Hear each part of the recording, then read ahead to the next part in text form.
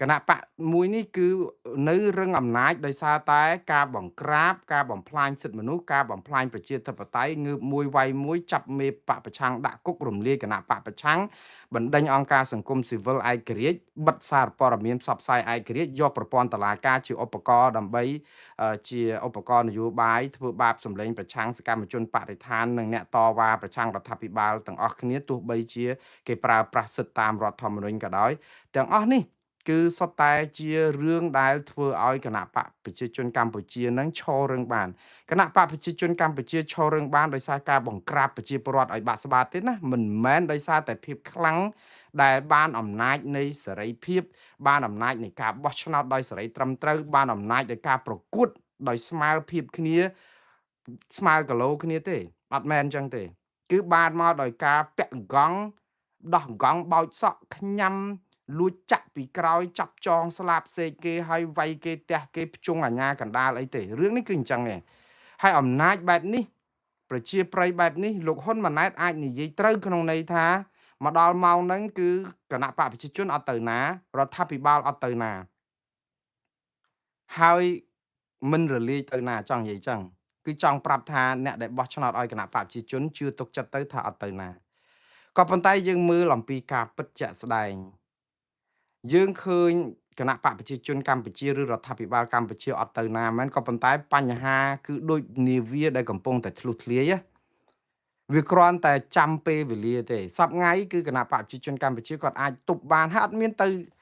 ការប៉ងរបស់គណៈបកប្រឆាំងឬក៏ការដែលអំពាវនាវរបស់គណៈបកប្រឆាំងឬក៏សេចក្តីប្រាថ្នារបស់គណៈបកប្រឆាំងណាដែលចង់ឲ្យគណៈបកឬរដ្ឋាភិបាលនេះរលាយទេខ្ញុំជឿថាដោយសារតែរដ្ឋាភិបាលកម្ពុជាខ្លួនឯងគណៈបកប្រជាជនកម្ពុជាខ្លួនឯងដឹងខ្លួនថាអំពើដែលខ្លួនធ្វើនេះណាគឺវាជាអំពើអកុសលកម្មជាអំពើបាបដល់អញ្ចឹងទៅភ័យខ្លួនឯង ហើយចេះតែស្មានថាគេចង់ឲ្យខ្លួនរលាយ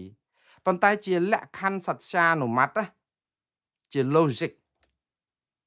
គឺនៅពេលដែលអ្នកណាប្រព្រឹត្តអំពើរំលាយសិទ្ធិមនុស្សធ្វើបាបប្រជាពលរដ្ឋរំលាយឆន្ទៈគេ3លាននាក់ហើយធ្វើឲ្យប្រទេសយើងអន្តរាយដូចសពថ្ងៃនេះណាគ្មាននរណាគេចង់ឲ្យការដឹកនាំរដ្ឋបែបនេះនៅឋិតថេរទេវាជា logic មិនមែនជាការប្រាថ្នាចង់ឲ្យគណៈបកប្រជាជនរលាយឬរដ្ឋាភិបាលរលាយទេក៏ប៉ុន្តែគេចង់ឲ្យរបៀបដឹកនាំរដ្ឋនេះមានការកែតម្រង់ជាវិជ្ជមានដើម្បីកុំឲ្យប្រទេសកម្ពុជាធ្លាក់ចូលក្នុងអន្លង់មរណៈព្រោះអីឥឡូវ scam អនឡាញធ្វើឲ្យពិភពលោកស្គាល់ខ្មែរទៅជា scam body ឯណាវិញហ្នឹងគឺថាក្រិចភ្ញៀវទេសចរយើងធ្លាក់ចុះអស់50%សេដ្ឋកិច្ចធ្លាក់មកនៅ3%ពី7.5គឺក្រោម50%ទៅទៀតហើយតាក់ទងនឹងរឿងបញ្ហាអសកម្មអីផ្សេងទៀតមកកណក៏ដឹករឿងនៅក្នុងសង្គមរាប់ភ្លេចអត់មានបានជួយដោះស្រាយអីទេរឿងព្រំដែនកម្ពុជាថៃ76កន្លែងថៃគ្រប់គ្រងហើយទន្ទ្រានរាល់ថ្ងៃយើងអត់អាចធ្វើអីបានផងហើយយើងខំប្រឹងសរសើរថានេះគឺជាភាពរឹងមាំខ្ញុំថាជាការស្អំចិត្តប្រជាពលរដ្ឋកុំឲ្យរំជើបរំជួលវាជាល្បិចនយោបាយរបស់អ្នកនយោបាយមិត្តហើយពិតមែនហើយក៏ប៉ុន្តែតត្តភាពជាក់ស្ដែងគឺវាមិនមែនជារឿងការពិតដែលថាការដែលគណៈបកកម្ពុជានៅរឹងមាំដោយសារប្រជាពលរដ្ឋមានការសាមគ្គីគ្នាជាធ្លុងមួយទេកម្ពុជាអត់មានសាមគ្គីជាធ្លុងមួយទេបងប្អូនកម្ពុជារាល់ថ្ងៃគឺដូចសម័យខ្មែរក្រហមដែលលើកដៃបដិញ្ញាមហាលោតផ្លំមហាអស្ចារ្យបាយ3ពេលអត់ទាំងមានផងមានតែបបររាវក៏ឃ្លោកគឺនៅតែបដិញ្ញាអង្គការមហាលោតផ្លោះអង្គការមហាអស្ចារ្យដ៏ភ្លឺស្វាងត្រឹមត្រូវត្រូវតែគ្រប់គ្រងអង្គការដើម្បីអីបងប្អូនគឺដើម្បីបបរ3ពេលដែលរាវក៏ឃ្លោកនឹងទៀតហើយនឹងការដែលមិនយកទៅសម្លាប់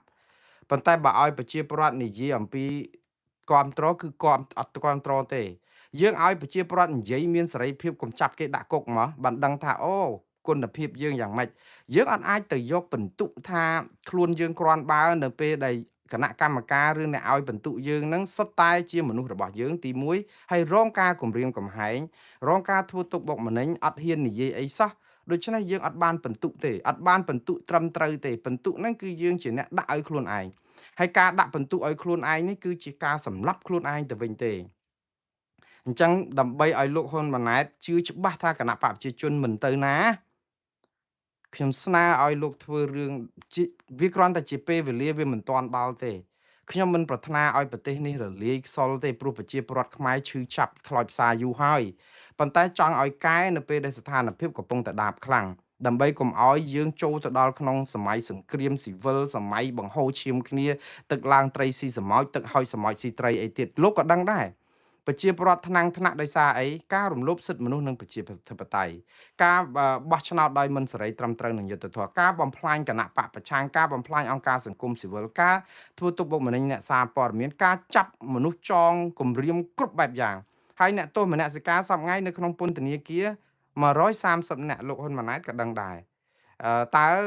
នេះឬសាមគ្គីជាតិនេះឬឯកភាពជាតិគណៈបកប្រឆាំងរត់ប្រសាចែកជើងគ្នាអត់អាចចូលទៅក្នុងប្រទេសកម្ពុជាបានដើម្បីចូលរួមប្រកួតប្រជែងអីហើយរលរឿងគ្នាគ្រប់ពេលចង់តែ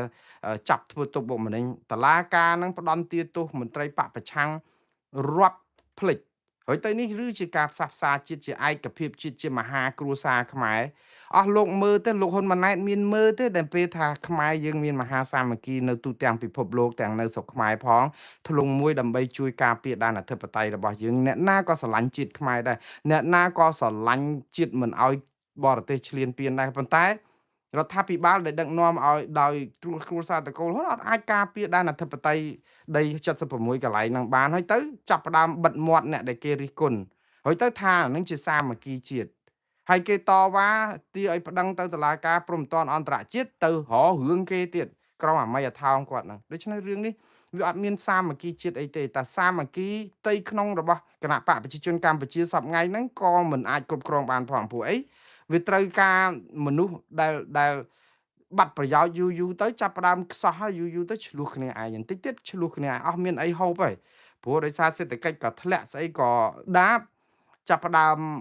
បាត់អាប្រាក់ចំណូលចាប់ផ្ដើមមួម៉ៅព្រោះមនុស្សទាំងអស់គ្នាដោយអុកញ៉ាមហាមន្ត្រីអីគឺគេបានចំណេញដោយសារតែអង្គើពុករលួយដោយសារអង្គើអត់មាននីតិរដ្ឋអង្គើអីហ្នឹងគេស្រួលរកស៊ីគេស្រួលប្រឡែមប្រឡំគេស្រួល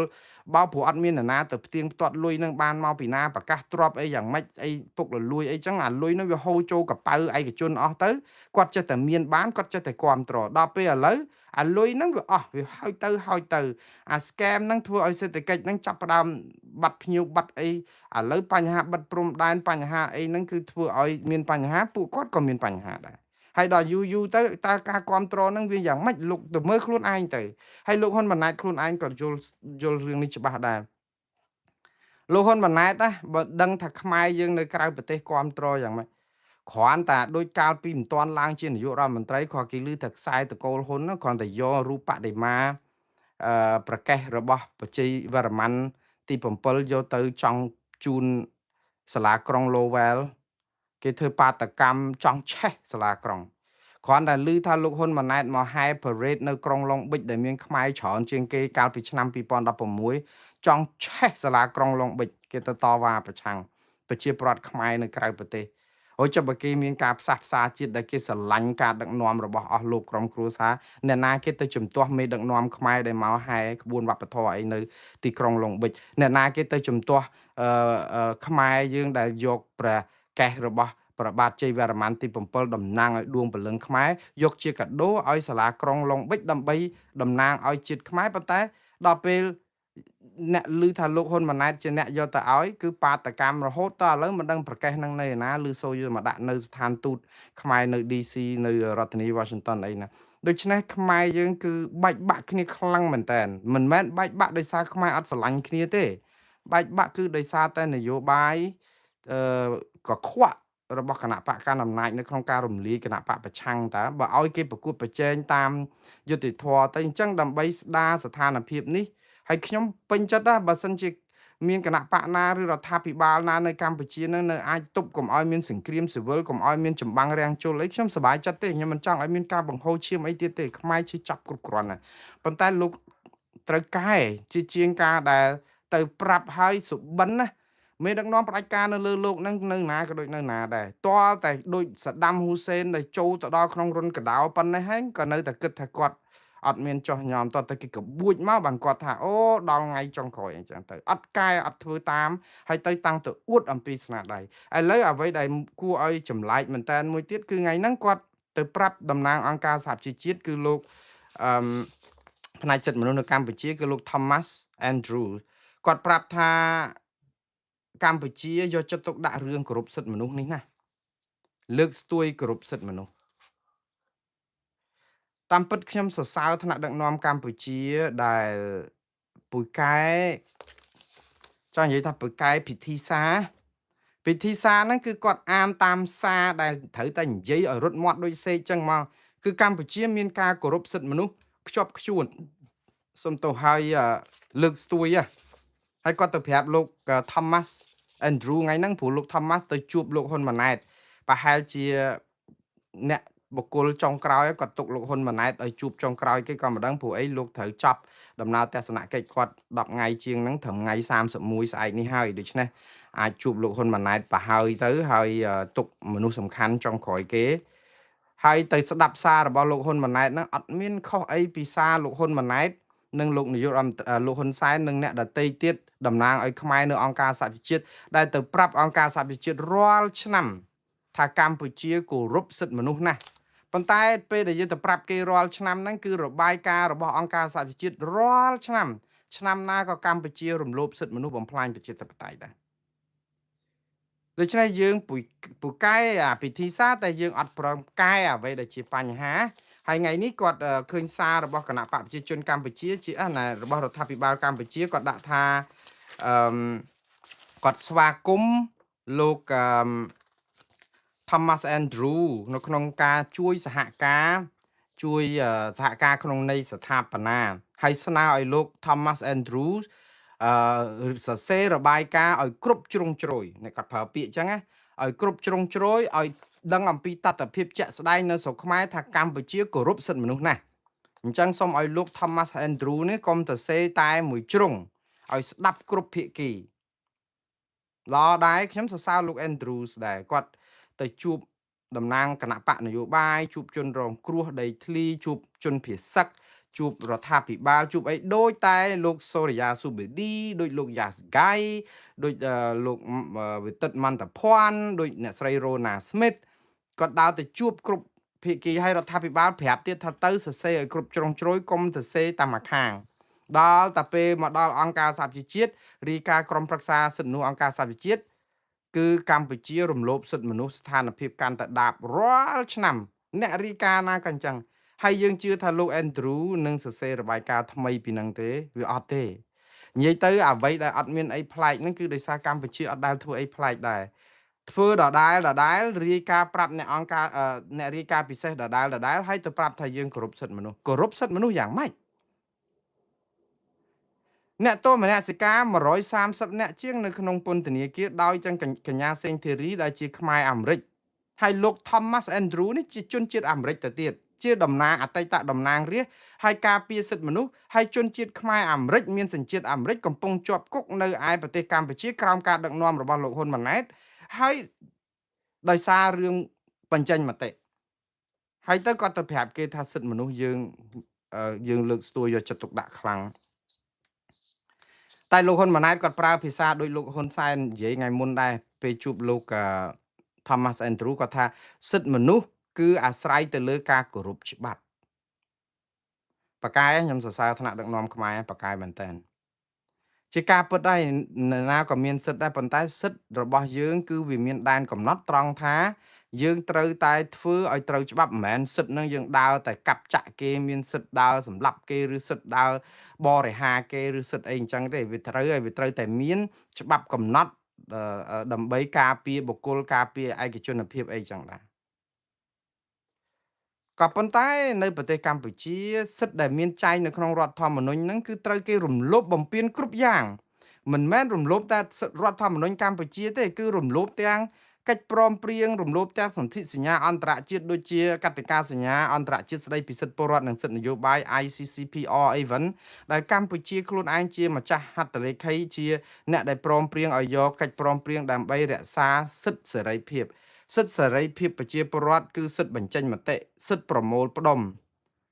សិទ្ធិជួបជុំសិទ្ធិបង្កើតសហជីពសិទ្ធិធ្វើនយោបាយសិទ្ធិអីហ្នឹងគឺត្រូវមានទាំងអស់ប៉ុន្តែសិទ្ធិនេះភាគច្រើនគឺមានសម្រាប់តែអ្នកគ្រប់គ្រងគណៈបកប្រជាជនទេអ្នកណាហ៊ាននិយាយរិះគន់គណៈបកប្រជាជនគឺសិទ្ធិទាំងអស់នេះត្រូវគេដកហូតអស់តែម្ដង មើលតែលោករងឈុនមើលតែលោកកម្មសុខា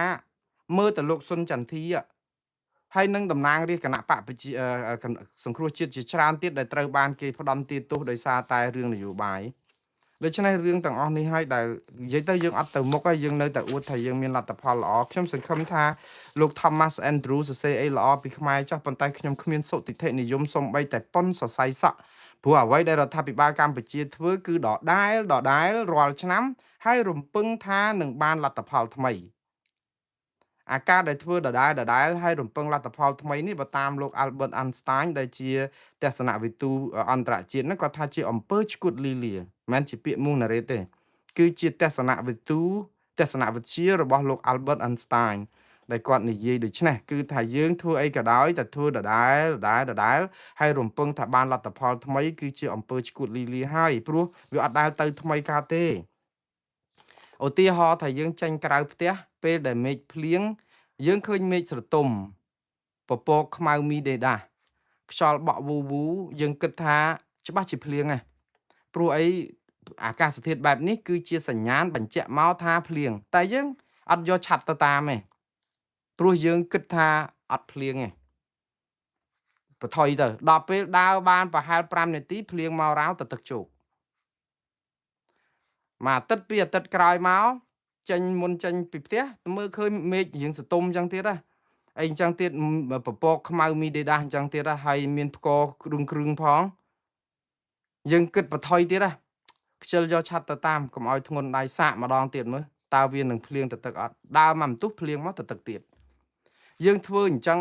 ដដែលហើយទៅភ្លៀងអត់យកឆាត់ទៅទឹកអត់យកឆាត់ទៅទឹក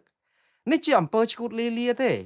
ព្រោះបើសិនជាយើងដឹងអញ្ចឹងលើកក្រោយកុំថាឡើយដោយមេឃខ្មៅមីដេដា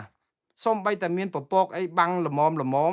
គឺដាក់ឆាត់ចូលក្នុងកាតាបមួយឬក៏ដាក់ក្នុងគូតឡានឬក៏ដាក់នៅកន្លែងណាឬក៏យួរតាម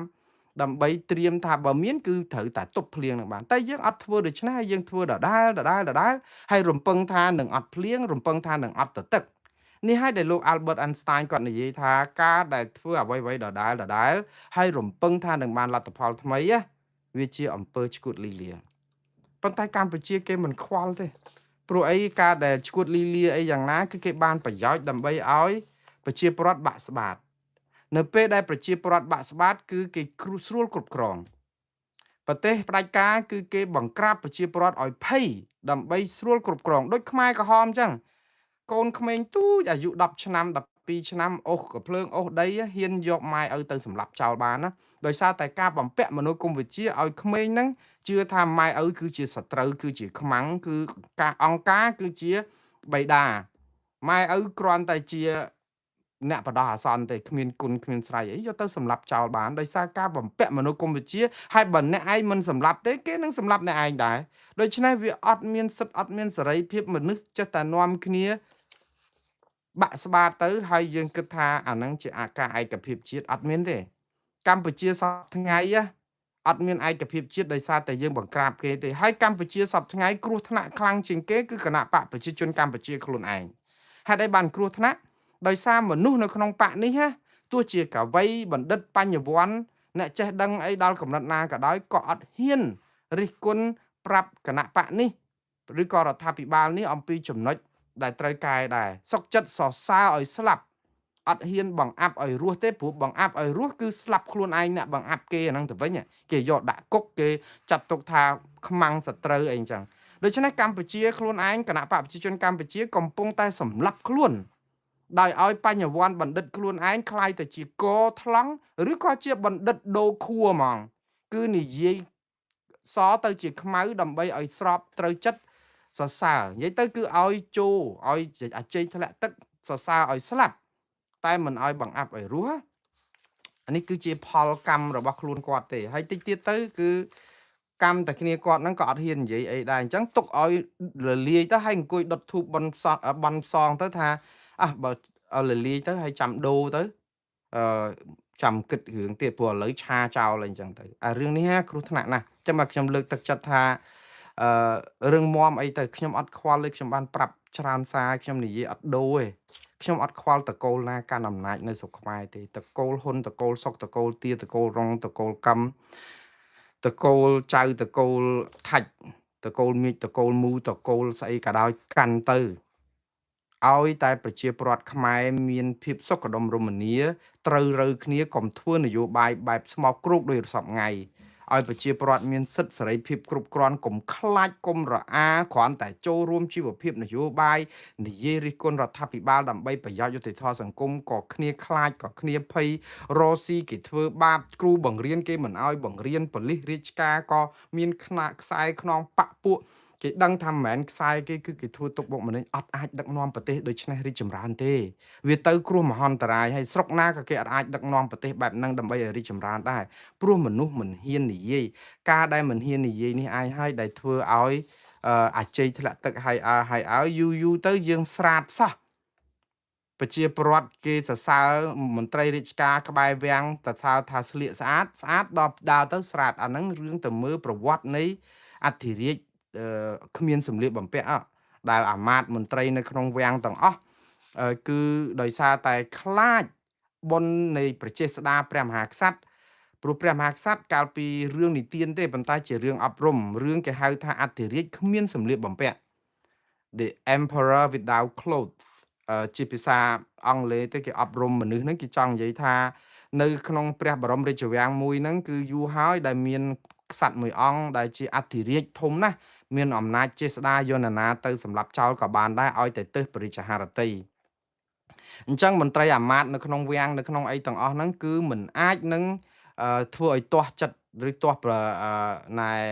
ព្រះរាជហឫទ័យរបស់ព្រះមហាក្សត្របានទេព្រោះអីអំណាចខ្លាំងគឺអាចសម្លាប់យកទៅសម្លាប់ចោលហើយមន្ត្រីទាំងអស់នោះមានឋានៈតាមនឹងទៀតបើសិនជាបង្ហាញអំពីភាពល្ងងខ្លៅរបស់មន្ត្រីភាពមិនឆ្លាតវៃរបស់មន្ត្រីក៏មិនអាចនឹងកាន់អំណាចកាន់តំណែងអីនៅក្នុងព្រះបរមរាជវាំងនឹងបានដែរគឺគេព្រះមហាក្សត្រនឹងបញ្ជាយកទៅសម្លាប់ចោលឬក៏រើសមន្ត្រីថ្មីព្រោះអីភ្លីភ្លើមិនសូវចេះកិច្ចការងារអីអត់ថាល្ងងអញ្ចឹងអត់ត្រូវបង្ហាញអំពីភាពល្ងងភាពមិនមានទស្សចក្ខុវិស័យអីវែងឆ្ងាយអញ្ចឹងប្រឹងធ្វើពុតជាខ្លួនឯងចេះអញ្ចឹងស្អីក៏អត់ល្ងងដែរគឺរឿងដូចសំបីតែរឿងសម្លៀកបំពាក់អញ្ចឹងមានជនម្នាក់ពីរនាក់ដែលគេទៅបោកដល់ព្រះបរមរាជវាំងហ្នឹងគឺគេថាគេហ្នឹងគឺជាអ្នកដែលត្បាញសម្លៀកបំពាក់ខូលប្រមួងស្អីហ្នឹងគឺប្រណិតដែលអាចធ្វើឲ្យព្រះមហាក្សត្រហ្នឹងដាក់ក្រងទៅហ្នឹងគឺថាល្អផូរផង់សមជាស្ដេចផែនដីគឺបជានុរាស្ត្រកោតខ្លាចគោរពព្រោះអីសម្លៀកបំពាក់ហ្នឹងបង្ហាញអំពីភាពអស្ចារ្យមហិទ្ធិឫទ្ធិអីអញ្ចឹងណាហើយថាគេមានសូត្រមានអីហ្នឹងគឺអស្ចារ្យមែនតើហើយដល់ពេលអញ្ចឹងទៅគឺបកូនណាដូចជាទ្រង់សពរាជហឫទ័យចង់បានសម្លៀកបំពាក់បែបនេះដែរព្រោះអីធ្វើឲ្យព្រះមហាក្សត្រហ្នឹងគឺមានអំណាចមានឥទ្ធិពលកាន់តែខ្លាំងព្រោះចង់បានអំណាចហ្នឹងណាមិនមែនចង់បានក្តីគោរពទេគឺចង់បានអំណាច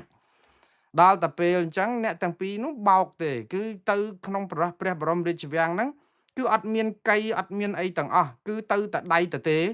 ក៏ប៉ុន្តែគេធ្វើដូចជា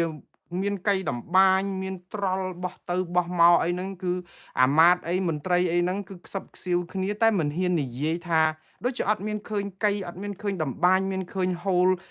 សរសៃសូត្រអីទេហ៎តែគិតតែខ្លួនឯងអត់ហ៊ាននិយាយប្រាប់មន្ត្រីអាមាត្យណាផ្សេងទៀតទេព្រោះគេខ្លាចថាល្ងងព្រោះគេផ្សេងទៀតគេមើលឃើញគ្រប់គ្នាថា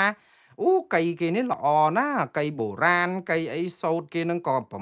សរសៃសូត្រឆ្មាប្រណិតស្អីហ្នឹងគេអ្នកជំនាញរបស់គេអញ្ចឹងអ្នកផ្សេងទៀតក៏គេនិយាយដូចគ្នាអញ្ចឹងដល់ពេលស្ដាប់ទៅគឺម្នាក់គឺអត់ហ៊ាននិយាយពីភាពភ្លីភ្លើរបស់ខ្លួនថាមើលមិនឃើញអាភាពល្អអញ្ចឹងចិត្តតែគិតថាល្អដូចគ្នាអញ្ចឹងនាំគ្នាកុហកខ្លួនឯងដើម្បីកុំឲ្យគេដកតំណែងពីព្រះរាជវាំងហ្នឹងហើយកុំឲ្យព្រះមហាក្សត្ររករឿងអាចយកទៅសម្លាប់ចោលអីផងអញ្ចឹងនាំគ្នាចេះតែភូតតាមគ្នាកុហកតាមគ្នាហើយចេះតែថាអូល្អណាស់មើលក៏ឲ្យមករាល់ថ្ងៃមកក្នុងបន្ទប់ហ្នឹងគេដាក់រៀបចំបន្ទប់មួយយ៉ាងស្អាតនៅក្នុងព្រះបរមរាជវាំងហ្នឹងឲ្យគាត់ត្បាញអញ្ចឹងទៅទាំងពីរនាក់ហ្នឹងបោះត្រល់ទៅមកអង្គុយល្វីចុះល្វីឡើងខាចុះខាឡើងហ្នឹងទៅម្ដងទៅលើកអត់មានស្អីទេគឺចេះតែធ្វើអញ្ចឹងទៅតែដៃទៅទេហ្នឹងហើយមន្ត្រីហ្នឹងចេះតែត្រឡប់មើលហើយអង្គុយមន្ត្រីខ្លះដឹងរឿងក៏ប៉ុន្តែអត់ហ៊ានដឹងនិយាយការពិតខ្លាចមហាក្សត្រយកទៅសម្លាប់ចោលឬក៏ខ្លាចគេដកតំណែងអញ្ចឹងចេះតែគិតហើយចេះតែឆ្ងល់ខ្លួនឯងតែមិនហ៊ាននិយាយ តែដល់ពេលបកគោណាក៏ហៅទៅឲ្យរាយការណ៍អំពីការត្បាញហ្នឹងគឺទៅតាមអ្វីដែលអ្នកត្បាញនឹងប្រាប់អ្នកត្បាញនឹងថាអូឥឡូវនេះថ្ងៃនេះបានប៉ុណ្ណេះមួយចាអាមពីរចាអាមឥឡូវស្អាតណាស់អូចាំមើលតាពេលយកទៅក្រងលើព្រះមហាក្សត្រហ្នឹងគឺមិនដឹងជាអស្ចារ្យប៉ុណ្ណាអញ្ចឹងទៅពិតទូលព្រះមហាក្សត្រហ្នឹងតាមដំណើររឿងនៃអ្វីដែលដំណើរមើលមិនឃើញអត់មានឃើញធ្វើអីទេមួយថ្ងៃឃើញតែធ្វើដៃធ្វើជើងទៅទេអញ្ចឹងមកអញ្ចឹងឃើញកាន់យួរកាន់អីហ្នឹងឃើញដូចថាមានរបស់តែខ្លួនឯងមិនហ៊ានថាខ្លួនឯងមើលឃើញអញ្ចឹងទេខ្លាចល្ងងទៅទៀតហើយទៅត្បាញចុះត្បាញឡើងរហូតដល់តែចប់ទៅរាយការណ៍ព្រះមហាក្សត្រថាចិត្តហើយបកូនណាឥឡូវគេបានប៉ុណ្ណេះអូស្អាតណាស់លលោងស្រិលពណ៌ផ្កាភ្ញីហើយព្រះមហាក្សត្រហ្នឹងលោកក៏មើលតែមិនឃើញដូចតែគ្នាអញ្ចឹងដែរក៏ប៉ុន្តែមិនហ៊ានឲ្យគេដឹងថាខ្លួនឯងល្ងងព្រោះអីយើងទៅប្រាប់មន្ត្រីថាល្ងងយកគេទៅសម្លាប់ចុះព្រះមហាក្សត្រត្រូវតែមានអាទស្សពិតរាជធរគឺឃើញគឺថាអញ្ចឹងដែរហើយនៅតែងក់តាប្រកេះហ្នឹងថាល្អអីអញ្ចឹងទៅដល់តែពេលគេត្បាញអីចប់សពគ្រប់អស់ដល់ពេលកាត់យកទៅដាក់ព្រះមហាក្សត្រហ្នឹងគឺយាងព្រះអង្គហ្នឹងមកដើម្បីយកអាសូត្រយកអាកណាត់ហ្នឹងឲ្យចិត្តតែធ្វើអញ្ចឹងទៅអត់មានទេយកទៅធ្វើដាក់វាស់វែងអីអញ្ចឹងទៅហើយព្រះមហាក្សត្រហ្នឹងក៏នៅតែញញឹមញញែមអីអញ្ចឹងទៅហើយគេថាសរសើរអាមាត្យមន្ត្រីថាល្អយកទៅកាត់យកទៅដាក់លើខ្លួនហ្នឹងខ្យល់សោះហ្នឹងយកទៅដល់ចុងក្រោយគឺឲ្យទៅឆ្លោះកញ្ចក់ទៀតហ្នឹងម្នាក់បញ្ជោថាឲ្យស្រាតសោះហ្នឹងណាអូស្អាតណាស់បកូនណាស្អាតមែនតែនសម្លៀកបំពាក់នេះសមត្រង់ណាអីអញ្ចឹងទៅអូញញឹមអត់និយាយទៅមកវាំងដោយទាំងព្រះមហាក្សត្រផងគឺអត់មានស្អីសោះដោយសារតែមិនហ៊ានបង្ហាញពីភាពភ្លីភ្លើរបស់ខ្លួនអញ្ចឹងទៅខ្លាចគេដឹងចិត្តតែនាំគ្នាអាជ័យធ្លាក់ទឹកហើយអើអញ្ចឹងទៅអូស្រាប់ដល់ពេលគេកាត់ហើយអីហើយពាក់ហើយអីហើយអញ្ចឹងទៅគេថាដល់ថ្ងៃដែលយើងចេញពីវាំងដើម្បីឲ្យប្រជាពលរដ្ឋតូតមើលឃើញពីភាពអស្ចារ្យនៃសម្លៀកបំពាក់ថ្មីដែលពីជាងចំណានជាងជំនាញដៃឯកអីអញ្ចឹងណាទៅហ่ะដល់តែពេលថ្ងៃចេញទៅតាមដូចថាឲ្យប្រជាពលរដ្ឋបានឃើញព្រះអង្គទៅតាមផ្លូវអូគេចេញមកទះដៃហូរកញ្ជ្រៀវអ្នកដែលដឹងខ្សឹបខ្សៀវគ្នាពីសម្លៀកបំពាក់របស់ព្រះមហាក្សត្រហ្នឹងប្រជាពលរដ្ឋច្រើនណាស់ដែលអាជ័យធ្លាក់ទឹកដូចគ្នាថាអូស្អាតណាស់តាមពិតស្រាបទេតែគេថាអូស្អាតម្លេះមិនហ៊ានប្រាប់ថាពីភាពភ្លីភ្លើរបស់ខ្លួនហ្នឹងនៅតែស្អាតនៅតែល្អណាស់អូយស្អីចុះឮតាមគេថាតែអត់ឃើញទេឮចង់សរសើរទះដៃប្រាវសិតតែបកូនណាលោកស័កសមជាព្រះមហាក្សត្រនឹងក្រងសម្លៀកបំពាក់នឹងស្រស់សង្ហាស្អាតអីចឹងទៅហើយទៅទះទូងស្គរអាមាត្យនឹងក៏សរសើរចឹងតែស្រាតរហូតដើរតាំងពីដែលយាងតាំងពីវាំងទៅហ្នឹងគឺស្រាតរហូតចុះទៅតាមភូមិតាមស្រុកអីចឹងតើតែកូនក្មេងមួយដែលឃើញក្រឡេកទៅស្រែកមកផ្្លាត់សំឡេងថាអូបកូនណាស្រាតចឹងមិនបានអត់ស្លៀកអីចឹងនៅពេលនោះឯងបានផ្ទុះរឿង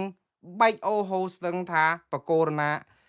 អធិរាជហ្នឹងគឺស្រាតទេអត់មានបានក្រងស្អីទេដោយសារក្មេងគ្នានិយាយការពិតចាប់ពីពេលហ្នឹងមកបានខ្មាស់អាម៉ាស់អស់រាជផងទាំងពួងមន្ត្រីអាមាត្យស្អីគេហ្នឹងក៏ខ្មាស់អស់អីអញ្ចឹងទៅនេះគឺចាប់រឿងត្រឹមប៉ុណ្ណឹងរឿងហ្នឹងវាជារឿងអត់ស្ដាច់ទេបងប្អូនគាត់ថាជារឿងអប់រំមួយចង់បញ្ជាក់ប្រាប់ថានេះឯងអាជ័យធ្លាក់ទឹកយើងនាំគ្នាល្អគ្រប់យ៉ាងសរសើរតែស្កបណ្ឌិតកវីបញ្ញវន្តយើងទៅជាក្បត់មនសិការអស់ដល់យូរចុងក្រោយអ្នកណាលលាយបងប្អូនអ្នកណាដែលលលាយសាកគិតមើលអ្នកណាដែលលលាយ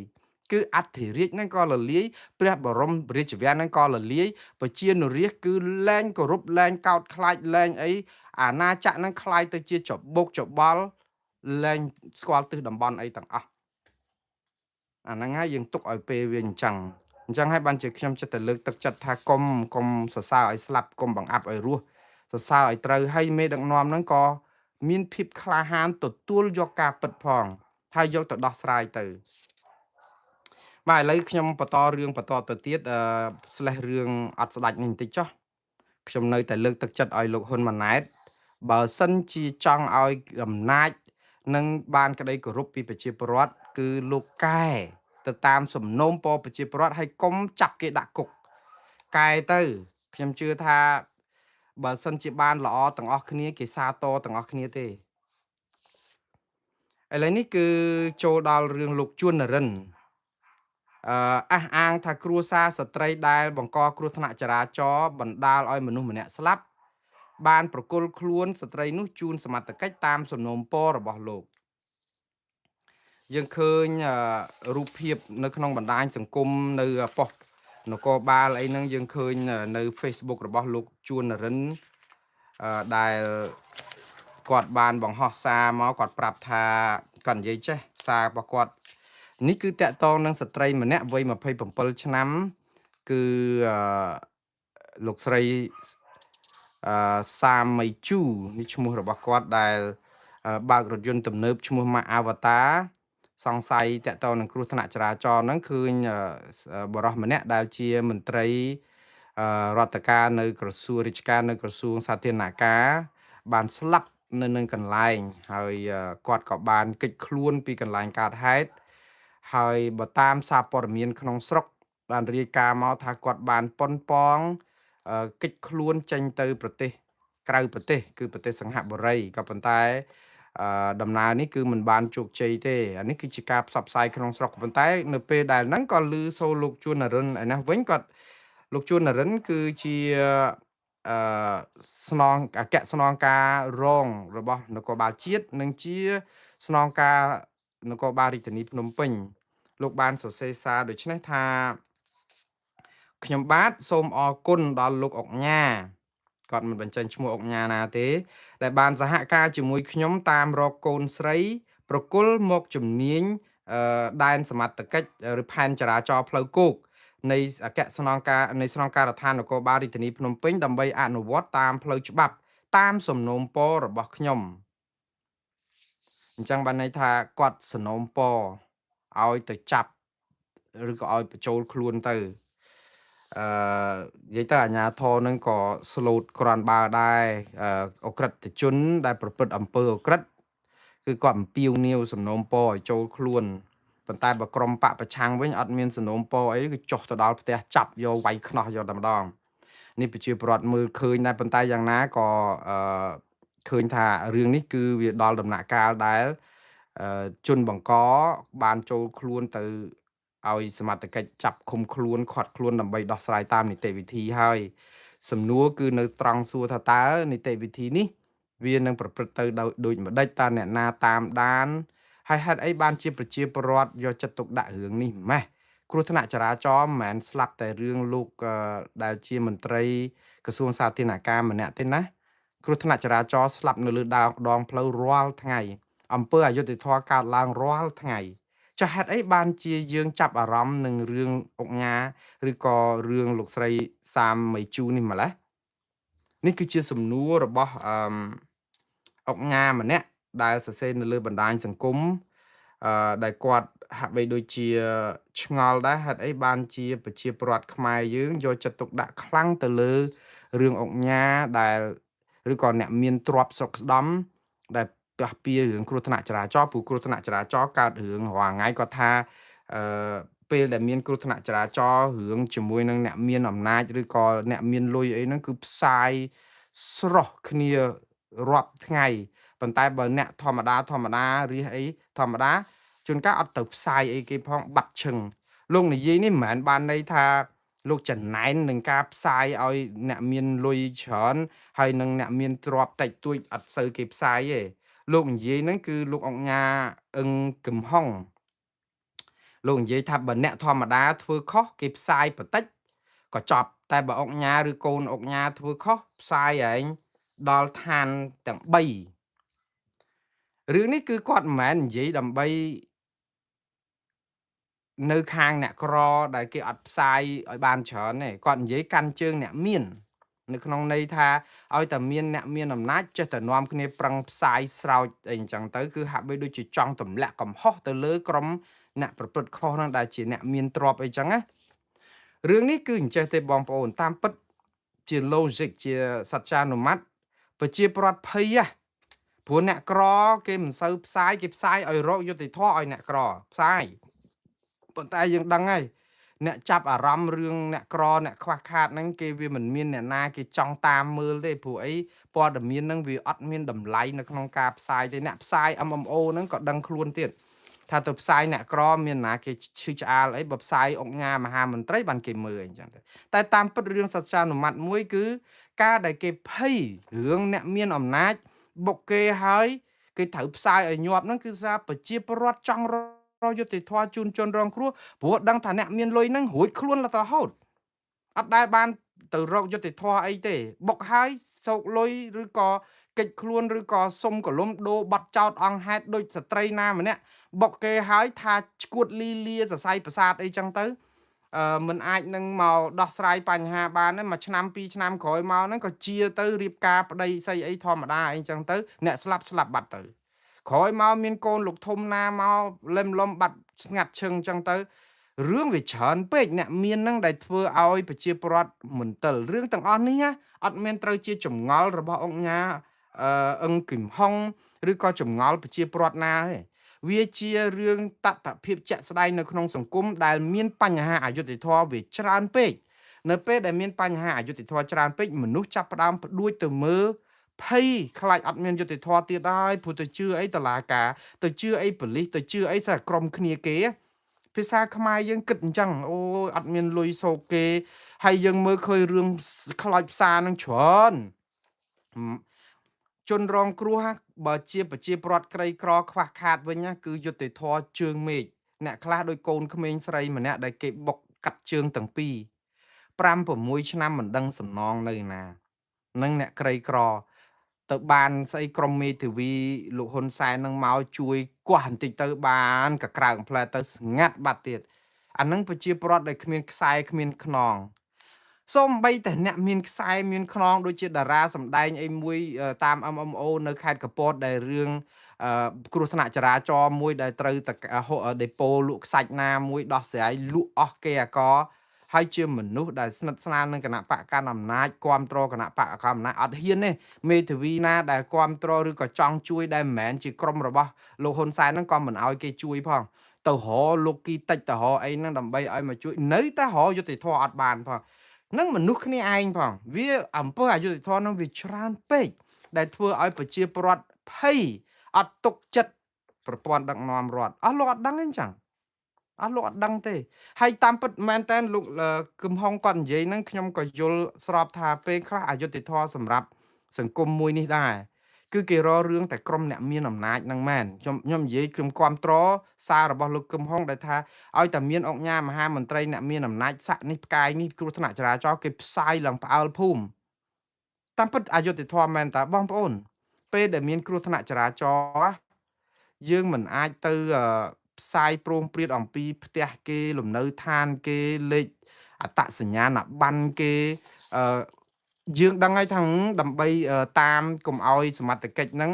មើលរំលងខ្លាចលោករត់កិច្ចអីល្អហើយយើងព្រួយអញ្ចឹងត្រូវហើយប៉ុន្តែជាសសិលធម៌ជាសុជីវធម៌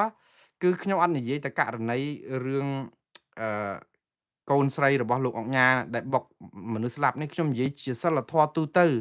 គេអត់ដែលផ្សាយអំពីអត្តសញ្ញាណអាស័យដ្ឋានរបស់អ្នកណាពាក់ព័ន្ធទេព្រោះតាក់ទងនឹងសុវត្ថិភាពយើងដឹងហើយចោះតាក់ទងសុវត្ថិភាពអីបើគាត់បុកគេស្លាប់គាត់កិច្ចគាត់គ្មានសិលធម៌គាត់មានសុជីវធម៌អីផងយើងដាក់ឲ្យអាសមត្ថកិច្ចហ្នឹងគឺរកឲ្យឃើញទៅលេខផ្ទះលេខអត្តសញ្ញាណប័ណ្ណលេខបងប្អូនគេមិនដែលធ្វើអញ្ចឹងទេ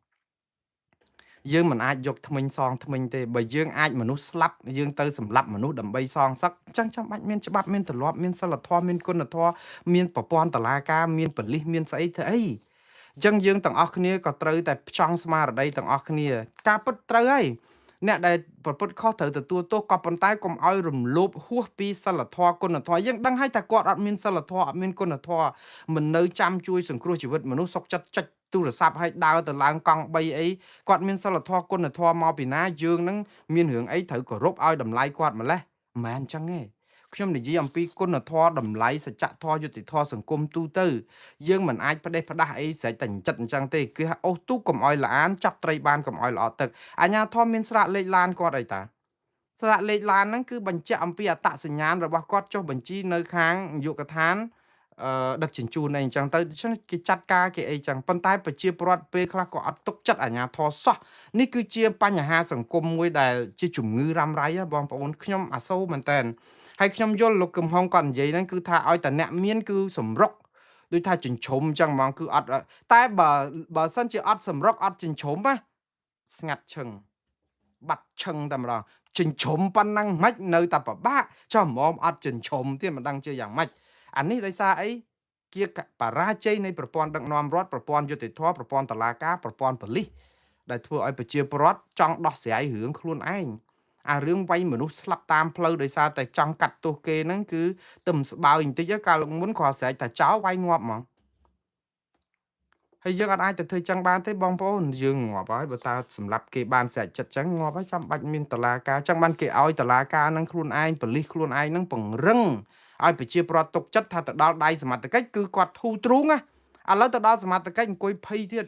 អូមិនស្រួលចូលផ្លូវមុខចេញផ្លូវក្រោយមិនស្រួលគេដូរបាត់ចោលមិនស្រួលគាត់ខ្លាយទៅជាបាត់ល្មើសអីផ្សេងមិនស្រួលគេឲ្យលុយនេះគេសោកនេះមិនស្រួលស្ងាត់ឈឹងបាត់ឈឹងអត់មានសារព័ត៌មានណាផ្សាយមិនដឹងមិនគឺភ័យចឹងរហូតបើយើងជាជនរងគ្រោះបានយើងដឹងតែភ័យប៉ុណ្ណាមានខ្សែមានខ្នងអីហ្នឹងមិនមែនប្រកាសតែដោះស្រាយបញ្ហាបានទៀតព្រោះអាខ្សែខ្នងហ្នឹងគេក៏ខ្សែដែរហើយសិតតែប៉ះចុះប៉ះឡើងយូរត្រូវទទួលយកសំណងទាំងអយុត្តិធម៌កើតជំងឺបាក់ទឹកចិត្តមួយជីវិតក៏មានដែរគ្រោះថ្នាក់ចរាចរណ៍ហ្នឹងមានច្រើនករណីណាស់ជួនកាលជនរងគ្រោះស្លាប់ហើយត្រូវគេបង្ខំឲ្យទៅយកលុយសំណង$3-4,000អីហ្នឹងយកមកទៅបើមិនយកក៏អត់សោះចង់ឲ្យគេមិនបើយើងដឹងប្រព័ន្ធសុកហ្នឹងមិនអាចទៅស្រែករកយុត្តិធម៌អីបានអញ្ចឹងខ្លោចផ្សាណាបងប្អូនបាទឥឡូវខ្ញុំស្លេះរឿងគ្រោះថ្នាក់ចរាចរណ៍ហ្នឹងប៉ុណ្ណឹងខ្ញុំចូលដល់រឿងមួយទៀតគឺតកតងនឹងមន្ត្រីគណៈបកចំនួនថ្មីគឺបកចំនួនថ្មីដាក់បណ្ដឹងផ្លូវការប្តឹងមេឃុំ8មុំលោកខៀវជ្រិនករណីចាក់សោបង្ខាំងមន្ត្រីជាន់ខ្ពស់គណៈបកនេះនឹងគម្រាមវាយខ្នោះអឺដូចខ្ញុំនិយាយពីម្សិលមិញអញ្ចឹងថាយប់ម្សិលអញ្ចឹងថាជួនកាលមេឃុំណាគាត់ស្មានតែគាត់ជាមេសហករណ៍ខ្មែរក្រហមណាព្រោះដោយសារតែគាត់អាងអំណាចមួយគឺគាត់ជាមេឃុំរបស់គណៈបកកណ្ដាលអំណាចហើយតែមេឃុំរបស់គណៈបកកណ្ដាលអំណាចគឺគាត់បានដាវអាញាសឹកពីមេបករបស់គាត់ងើបមួយវាយមួយដូច្នេះអំណាចផ្ដាច់ការគាត់ចង់ថាអីក៏បានដែរឲ្យតែការពារប្រយោជន៍បកនេះកុំឲ្យដួលរលំគឺអ្នកឯងរួចខ្លួនដែរអញ្ចឹងធ្វើអីធ្វើទៅចាត់ការធ្វើបាបធ្វើទុកបុកម្នេញគេមកអាយុហើយគាត់អត់មានខ្វល់រឿងច្បាប់រឿងទម្លាប់អីគឺខ្វល់ធ្វើមិនដើម្បីបង្ក្រាបអ្នកឯងកុំឲ្យឈ្នះគណៈបកប្រជាជនកម្ពុជាមេឃុំហ្នឹងគាត់កាងការពារគណៈបកប្រជាជនកម្ពុជាដោយសារគាត់ជាកូតារបស់គណៈបកប្រជាជនកម្ពុជាគឺលោកខៀវជ្រិនហ្នឹងនៅឯត្រាំងខេត្តតាកែវហ្នឹងរឿងនេះមិនមែនតែមេឃុំមួយទេមានរឿងច្រើនណាស់ប៉ុន្តែមានមេឃុំគេបានកែបានអីខ្លះតែមេឃុំដែលនៅមានឈាមជ័រជាខ្មែរក្រហមហ្នឹងនៅច្រើនដោយសារអីថ្នាក់ដឹកនាំយើងក៏នៅតែឈាមជ័រជាខ្មែរក្រហមហ្នឹងអត់តន់ទៅណាដែរហើយដល់ពេលដែលលោកមីសវណ្ណរាដាក់ពាក្យប្តឹងហ្នឹងគឺគាត់ប្រាប់ថាឥឡូវគាត់ដាក់ពាក្យប្តឹងទៅតុលាការខេត្តកណ្ដាលខេត្តតាកែវមួយគាត់យកអាបណ្ដឹងគាត់ហ្នឹងយកទៅប្តឹងកោជបទៀតហើយគាត់យកបណ្ដឹងហ្នឹងទៅប្តឹងដាក់មិនមែនប្តឹងទេទៅតាមពិតគាត់យកទៅប្តឹងទៅក្រសួងមហាផ្ទៃបើតាមលោកមីសវណ្ណរាដែលមេបកចំនួនថ្មីនេះគាត់ប្រាប់តាមបណ្ដាញសង្គមហ្នឹងគាត់ថាដាក់ទៅក្រសួងមហាផ្ទៃទៅទៀតប៉ុន្តែក្រសួងមហាផ្ទៃតាមពិតតឡាការទទួលកោជបទទួលឲ្យបណ្ដឹងគាត់នេះប៉ុន្តែពេលដែលគាត់យកបណ្ដឹងទៅដាក់នៅក្រសួងមហាផ្ទៃគេអត់ទទួលទេដោយសារតែគេគិតថាឲ្យទៅតាមផ្លូវតុលាការគេចាត់ការយ៉ាងម៉េចបើអត់ចាត់ការបានយកដំណឹងហ្នឹងជូនទៅក្រសួងមហាផ្ទៃចាត់ការតាមពិតសមហេតុសមផលដែរតែគណៈបកចំនួនថ្មីនេះគាត់ចង់ជូនដំណឹងទៅក្រសួងមហាផ្ទៃឲ្យដឹងអំពីក្រមសមត្ថកិច្ចក្រសួងមហាផ្ទៃព្រោះអីអាជ្ញាធរឃុំសង្កាត់ហ្នឹងក្រោមការគ្រប់គ្រងរបស់ក្រសួងមហាផ្ទៃអីចឹងទៅហើយចឹងគាត់ក៏យកលិខិតហ្នឹងការបណ្ដឹងគាត់ហ្នឹងយកទៅ copy ចម្លងទៅជូនទៅអភិបាលខេត្តតាកែវហ្នឹងទៀតគឺលោកវៃសំណាងដែលដើម្បីឲ្យជ្រាបជាព័ត៌មានដោះស្រាយឲ្យដឹងថាមូលដ្ឋានរបស់លោក